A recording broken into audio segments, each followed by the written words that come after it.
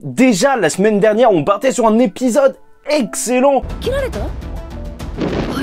Mais là, on continue avec un épisode tellement solide. Oh là là, c'est juste énorme en ce moment, Kimetsu no Yaiba. Mesdames et messieurs, ici Chage et aujourd'hui on se retrouve pour la review de l'épisode 7 de l'arc du quartier des plaisirs Métamorphose avec Nezuko mais aussi avec Warabi qui va aussi plus ou moins se métamorphoser. Et si je vous avais dit en fait durant les derniers épisodes que le travestissement c'était le thème de cet arc, bah là on le ressent de plus en plus parce que c'est vrai qu'il s'était infiltré et tout, et là littéralement on a certes un jeu de double identité mais vraiment littéralement double identité puisque la 6e lune est en fait en réalité 2 personnes. Et donc voilà, c'est un nouvel ennemi et ça fait plaisir parce que c'est vrai que c'était peut-être assez rapide en fait de voir Tanjiro et aussi Nezuko détruire la 6e lune. C'est vrai que ça pouvait sembler assez choquant, mais là heureusement en fait on te dit que non, la 6e lune c'est pas ça, t'inquiète pas, elles ont vraiment énormément de level et ça va fournir à Tengen au moins un vrai défi à sa hauteur. Donc voyons l'épisode en détail. Ça commence avec la fin du dernier épisode, donc le massage de dos de Nezuko, parce que tu connais, il y a ce petit massage où tu marches sur le dos des gens, bah voilà, c'est ce qu'elle fait à Warabi, et elle est choquée, parce que quelqu'un de plus fort qu'elle... C'est vrai que c'est assez choquant, surtout chez les démons. Normalement, c'est clarifié, normalement c'est quantifié, normalement t'as des grades, et là, par contre, elle réussit à juste la défoncer, mais littéralement. Nezuko est extrêmement puissante et donc même au moment où elle va se libérer et couper le corps de Nezuko, bah Nezuko elle va continuer à combattre à travers ses membres qui sont reliés juste par son sang. Et je vous rappelle que si elle est morte alors que sa tête elle n'a pas été coupée, c'est que aussi ça n'a pas été coupé par un katana avec le minerai du soleil ou je sais pas quoi. Et Nezuko va enflammer avec ses flammes roses là le sang qui a éclaboussé sur Warabi. Et là tu vas voir une scène qui est quand même assez extrêmement mystérieuse puisqu'elle va se souvenir d'un moment en fait Warabi où justement elle avait été brûlée un petit peu de la même manière. Peut-être que c'était par l'ancien porteur du souffle du soleil, tu vois, qui avait utilisé cette technique sur Muzan, et peut-être qu'en réalité c'est une technique, en fait c'est un souvenir qui est à l'intérieur de l'esprit de Muzan vu qu'on nous a fait ça, le coup il y a pas longtemps. Franchement, il y a moyen que en fait Muzan il soit vraiment traumatisé parce qu'il s'est passé des trucs vraiment très hard où ça se trouve que c'est juste elle, mais peut-être que Nezuko, vu que c'est la sœur de Tanjiro, bah elle a pas le souffle du soleil, mais en tant que démon peut-être qu'il y a quelque chose qui s'en rapproche, en tout cas avec son pouvoir. Et elle va continuer à la tabasser, et je tiens à m'arrêter sur ça parce que c'était vraiment dégueulasse. Le pied de Nezuko par contre il m'a refroidi, mais je sais pas, ça me dégoûte de voir des ongles comme ça. Je sais pas si ça a sa place dans la review. Et c'est à ce moment que Nezuko elle va se retrouver face à une fille qui saigne, et là elle va devoir combattre ses instincts, quelque chose qu'elle n'arrivera pas forcément à faire. Heureusement Tanjiro va venir parce qu'il a été réveillé par son petit frère. Réveille-toi! Tu vois, je sais pas ce qu'ils ont comme délire dans cette famille, mais ils arrêtent pas de voir des fantômes. Au bout d'un moment, il faudra penser à consulter parce que ça commence à devenir très chelou. Heureusement qu'il est là pour arrêter Nezuko en mettant son katana dans sa bouche. Et il le sait, elle a dû souffrir. Il sent l'odeur de son sang un petit peu partout et que là, elle doit être littéralement à bout.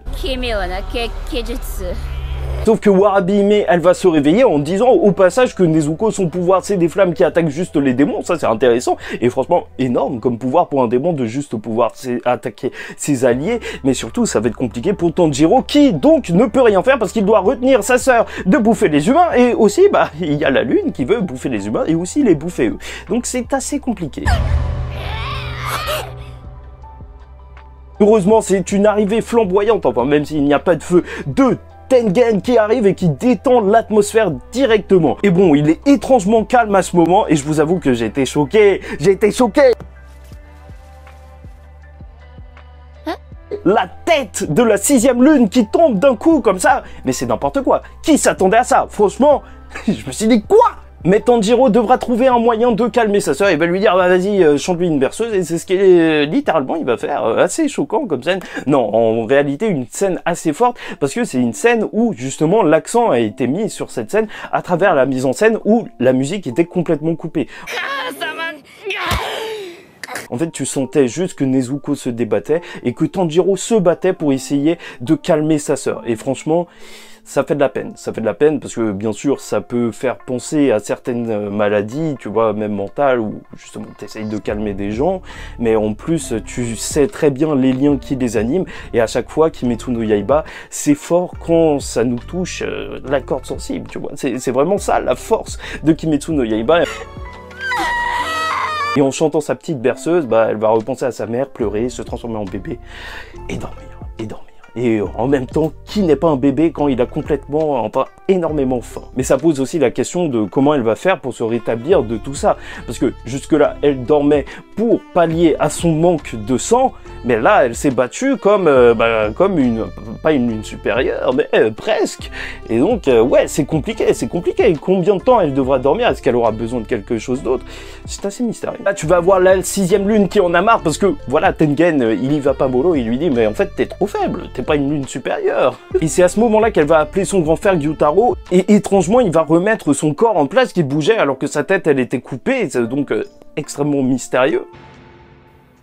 Et là, je pense qu'il y a vraiment un truc à analyser parce que certes, ok, je te l'ai dit en intro, c'est le jeu du travestissement, mais aussi, en fait, à travers les deux personnages que sont cette 6e lune supérieure, bah, en fait, t'as les deux, un petit peu, versions de la beauté, les aspects de la beauté qui sont néfastes. À la fois, une fille qui est trop belle, Warabi, mais et qui donc devient médisante, enfin, carrément mauvaise, et son frère, avec son design d'anorexique complètement shooté, qui, en fait, lui, n'a pas la beauté, mais justement, en devient complètement envieux et franchement il fait littéralement flipper. Donc l'opposé justement à Tengen, ça marche extrêmement bien, le beau gosse de plus de 2 mètres. Donc ce nouveau démon, entre guillemets, il va se battre avec des faucilles de sang, parce qu'il manipule son sang pour faire des lames. Et donc là, Tengen va essayer de le tuer en même temps que sa sœur pour essayer de les détruire, parce que c'est vrai que c'est bizarre que sa sœur soit restée en vie. Est-ce que son frère est le vrai corps, et ou peut-être que les deux corps sont réels? Mais on remarquera qu'il utilisera au bout d'un moment de l'écolocalisation un petit peu à la Batman, et franchement c'est quelque chose qu'on attend du pilier du son, et j'espère voir ça lors du prochain épisode, un petit peu plus de choses par rapport justement à son pouvoir lié au son. L'épisode va se terminer sur une image assez forte où justement t'as le frère de 6e lune démoniaque qui va porter sa sœur sur son dos. Et en soi c'est très très fort parce que bien évidemment c'est un parallèle avec Tanjiro qui porte tout le temps sa sœur sur son dos. Après je sais pas trop où ça va aller parce qu'en termes de thématique bien sûr il y a la famille, quelque chose qui revient très souvent dans Kimetsu no Yaiba comme on avait pu voir avec Spider-Man. Mais là c'est pas Tanjiro et Nezuko qui vont l'affronter. Peut-être que ce sera une version pervertie un petit peu, en plus on connaît pas trop leur histoire, donc j'ai très hâte d'en découvrir plus sur ces personnages. Au montage, en fait, je me suis dit que peut-être ce serait plus intéressant que sa sœur soit morte et qu'il la fasse bouger, et c'est pour ça qu'elle puisse recoller sa tête, et justement ça mettrait en parallèle ça avec Tanjiro qui a eu du mal à contenir sa sœur et qui a failli la perdre, donc se mettre face à un démon qui a perdu sa sœur, ça pourrait relancer et concentrer l'intrigue sur justement l'objectif de Tanjiro de sauver sa sœur. Et je tiens à terminer la review juste sur une chose, grâce à l'arc du train de l'infini, en réalité, je suis littéralement à fond. Parce que je sais que les piliers ne sont pas à l'abri. Et ça, c'était juste pour vous rappeler que les morts dans les mangas, c'est vrai. En fait, peut-être que c'est dur, mais au moins, ça nous permet d'avoir peur pour les personnages. Là, je sais pas ce qui va se passer pour Tengen. On sent qu'il est réellement en difficulté. Et vu ce qui s'est passé avec Rengoku, il faut absolument que je vois la suite, il faut que je vois s'il reste en vie, ça va être énorme. Ah oui, au passage, Inosuke et Zenitsu ont rejoint Tanjiro, donc on verra s'ils auront un rôle lors de ce combat final. Bon, j'espère que vous avez apprécié la vidéo, en tout cas pour moi c'était un plaisir de vous la faire, n'hésitez pas à liker ou disliker la vidéo si ça vous a pas plu, commentez, donnez-moi votre avis en commentaire et abonnez-vous parce que chaque semaine on parle de Kimetsu et franchement c'est une dinguerie. Là, le dimanche, on est servi. Bon, voilà, en attendant la semaine prochaine, je vous dis ciao tout le monde, faites très attention à vous et surtout, paix sur vous.